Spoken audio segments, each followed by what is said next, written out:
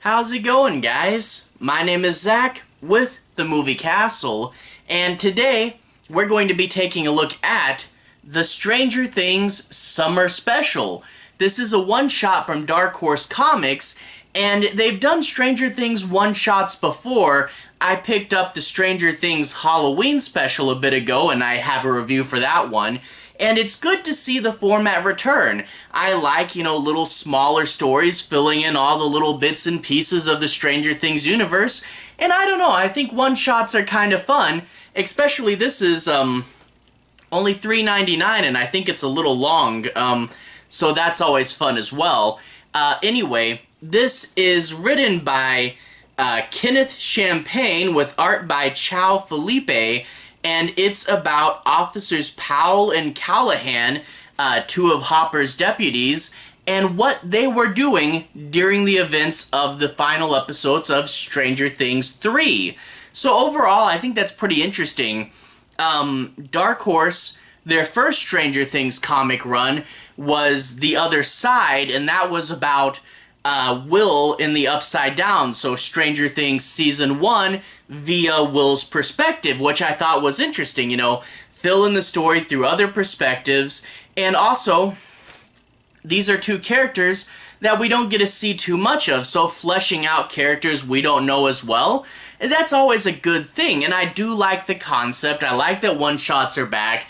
I like fleshing out characters we don't know as well. I like seeing events from other perspectives. But that being said, there's some problems with this issue. For the most part, this kind of shows how frustrating it can be writing and keeping continuity for an ongoing series. This one kind of plays it off as a joke, though, because we know that these two officers don't know anything about what's really going on in Hawkins. They're not in the loop yet, and in turn, this series kind of is, this one is comedy, so it's a lot of them encountering strange stuff, but either not understanding how it's strange, or just totally missing it, like a monster or something will be running around and they're looking the other way.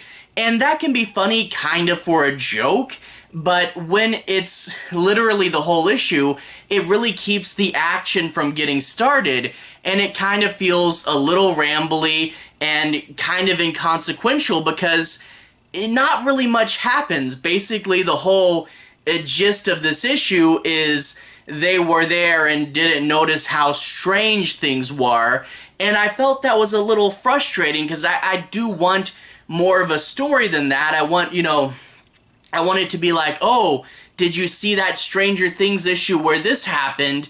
And I wish they found more something for these characters to do. Now, that being said, I did like, they had back and forth, they had banter, they were talking about Hopper, and, kind of how his reputation is amongst the police, and also how the residents of Hawkins kind of know something's up but don't quite get it, and I like hearing, things like, oh yeah, around Halloween we got all those reports of that demon dog thing, aren't these residents crazy? Probably some drunk kids messing around, so you did get to see a little bit more of the, perspective of the people who are not in the loop, which I found that was kind of interesting as well. But that being said, the whole run, not much happens in this issue, and I wish there was more. Either give them a story that they can do that doesn't relate to the main plot and won't draw them into the loop because the show says they're not, or, this would have been fun as like a B plot, if you had an A plot where something was actually going on and the B plot was these two just missing it, that would work and that would be funny, but literally, when that's all that it is, the whole story is they saw nothing, it can get a little frustrating, but then again, we have to keep canon, So, yeah, a little inconsequential, a little struggling to start, a little rambly, but that being said, I did like the other perspective. I did like to see Hawkins from people that aren't in the loop.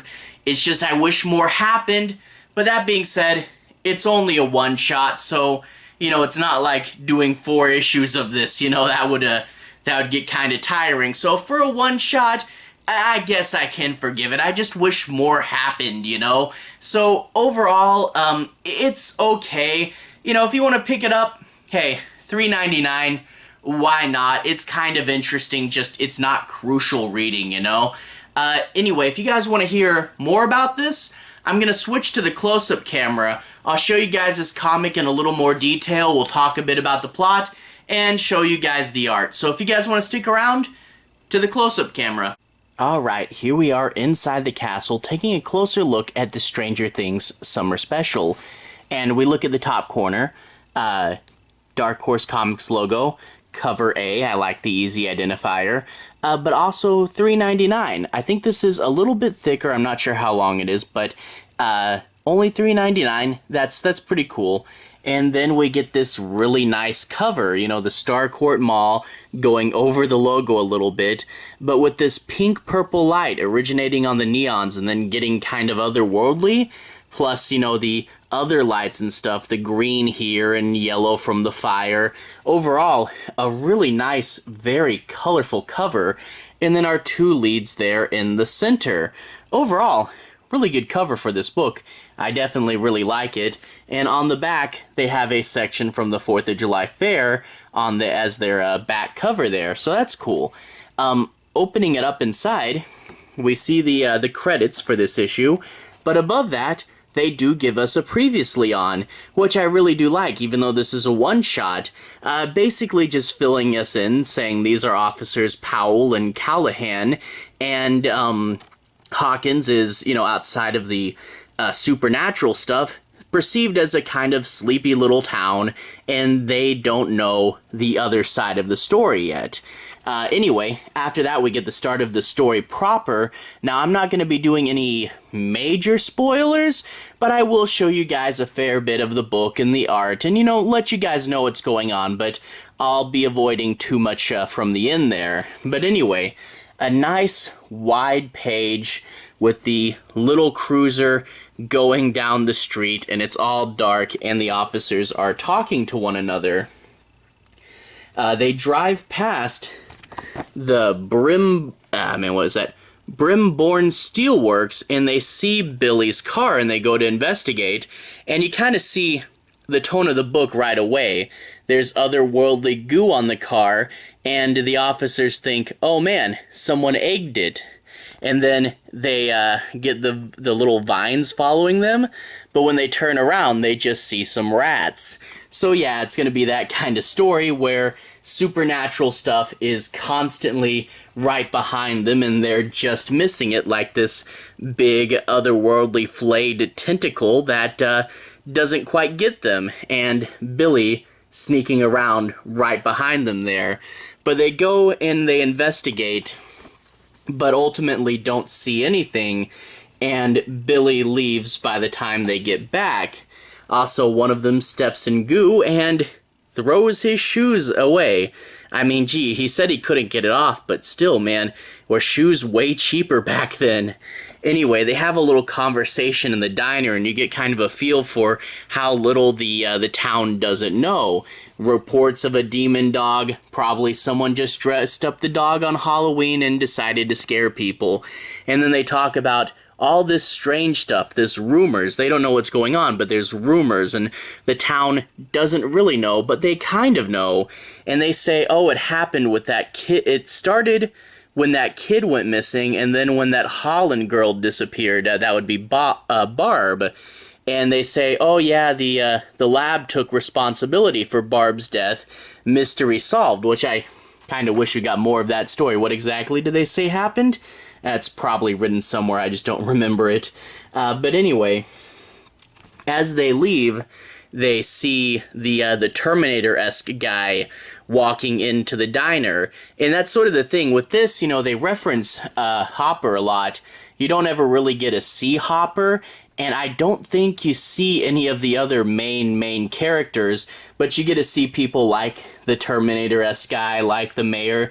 You get to see a bunch of side characters in this one, but no one really too big. Anyway, the next day, there's a protest against the mayor, you know, because the mall is eating away at small businesses, and the downtown district doesn't like the mayor right now.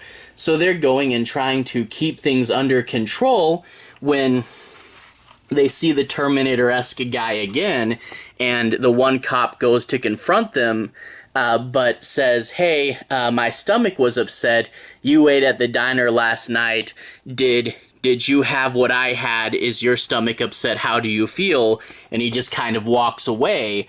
So yeah, again, seeing that guy, you think, he's even about to draw out his gun, but he's not got any clue as to what's really happening. He just wants to have a friendly chat with the guy passing through town.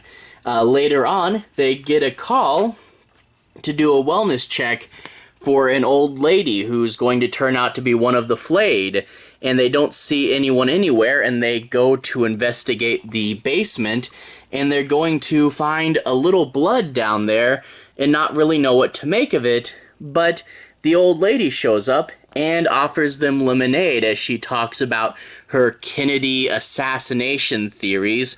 The one guy says he has to go to the dentist and leaves the other one alone. There's a bit of a continuity error where he says, hey, you can finish my lemonade, but if you look at the other panel, the full glass of lemonade is already in front of him. So, what, did he prematurely switch it or something?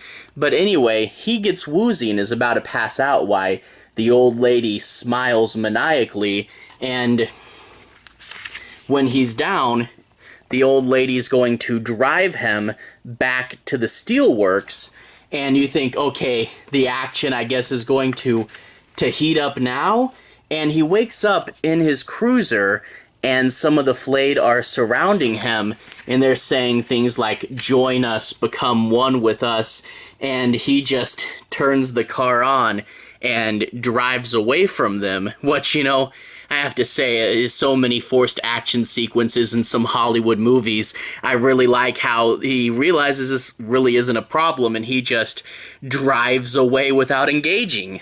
But you do get this thing like, oh man, that's that guy there, Tom Holloway. I know him as a family man. What's he doing here? Is this like swingers or something? What did he mean, join us? So again, completely oblivious, and things will get bigger, and they'll investigate other things from the series without ever really understanding what's going on. And I won't spoil too much from here, but we obviously get the 4th of July little carnival that the mayor threw, and then later on, they will, of course, go to the Starcourt Mall briefly towards the finale, where they will fail to see the Mind Flayer there. So, yeah, again, this is kind of, it's an interesting bit, but I wish there was more to the story, because the whole story really is they don't see stuff all the time. But I feel like, like people are talking about that, like, man, what's with the residents of Hawkins? Why do they never see anything? And I feel like, this does kind of play off that. So it is kind of interesting to see the perspective from the characters that aren't in the loop. What does the town think about all this stuff? Like later on they'll say, oh, it was just a fire at the mall, So I do like understanding their perspective. But that being said, not much happens, so it really just doesn't feel like, that crucial of a story. But I guess, hey, that's where one-shots can really come in, right? Can't do a whole series with this idea, do a one-shot. So it's interesting enough. I wish more happens. It doesn't really feel too crucial, but I do like seeing stuff from other perspectives and, fleshing out characters we don't know as well. It's just, yeah, not the biggest and most important story ever, but hey, if you want to pick up a one-shot, it's good enough. It's just, yeah, it's just inconsequential, but, if you want to have fun, hey, go for it, I guess, Anyway, to everyone who's watched so far, thank you for watching. To everyone who's liked and subscribed, thank you. You really are helping the channel out.